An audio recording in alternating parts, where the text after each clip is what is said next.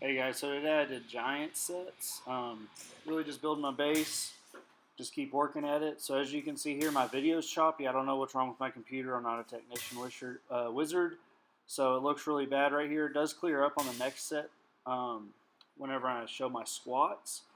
So I cut out the first two sets just so you don't have to watch all this choppiness. But what I ended up doing was I did three giant sets of rows, medium grip bench, and then lat holds. That was one giant set.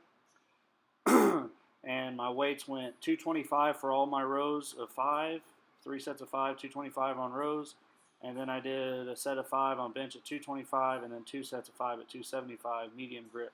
So it's not quite competition grip. And then the last thing, like I said, is just holds at about 200 pounds or so, somewhere around there. And I tried to do those at 2 second, 3 second, 4 second holds. So that's what I did on those. Thought it was really good. These giant sets, I didn't invent them or anything. I kind of got them from that Brian Allaru guy on YouTube. A couple of years ago, he always does them. I like them. I try to incorporate them sometimes. I think it's good for conditioning. I'm not competing in powerlifting at this moment in time, so it's good to get some good conditioning in and still base build and all of that. And then after that, you'll see in a minute, I did squats, giant sets there. I did just one primer movement of a speed pull, 275, just one rep. Not trying to overdo that, just really priming the posterior chain, getting ready to squat. And then we did three sets of five. I only showed the last two sets.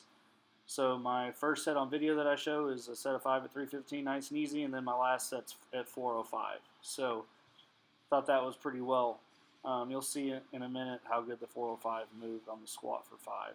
So anyways, that's kind of how the giant set works. I might make another video, just a little breakdown how it goes. You kind of want to do your antagonist movement first as a primer, then you do your main movement, and then you do some sort of core movement, like some type of static hold or an ab movement or something of that nature. So that's kind of why I chose to do lat holds, and then I also did planks.